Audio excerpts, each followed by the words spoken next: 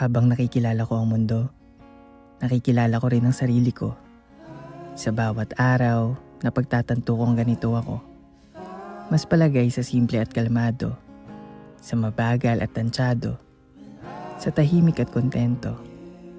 Sa mga sandaling tulad nito, mas minamahal ko ang sarili ko. Hindi naman pala kailangang nasa rurok para makita ang ganda ng mundo. Dahil ang totoo, ang tagumpay ay nasa kapayapaan ng puso.